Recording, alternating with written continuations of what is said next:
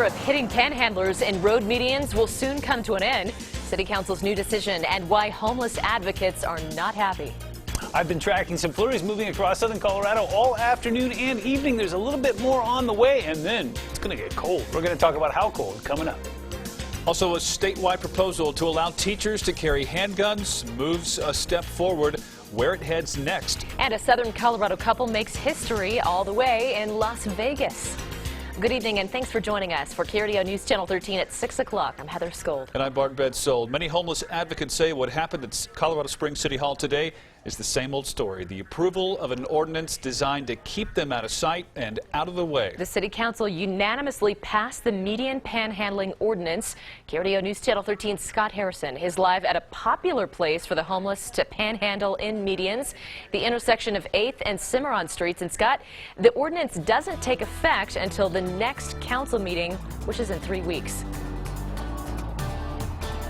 Yeah, that's right, Heather and Bart, and it's expected to pass at a second reading then at the next City Council meeting.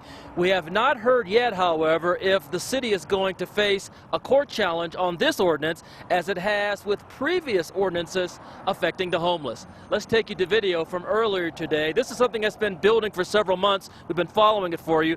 Mayor John Suthers and the council insist this ordinance, however, is different from similar prior ordinances because the motive is purely safety for panhandlers, drivers, and in some cases even for pets and children.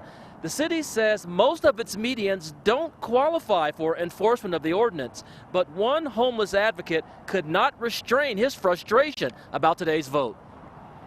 There's been no citations for pedestrian access acts with a warning built in. If it was truly about safety, you would not be targeting people for this. We did reduce the fines for being on the median, so I think that was a really good compromise. I think the city really worked with the council on that, but we didn't allow a warning period.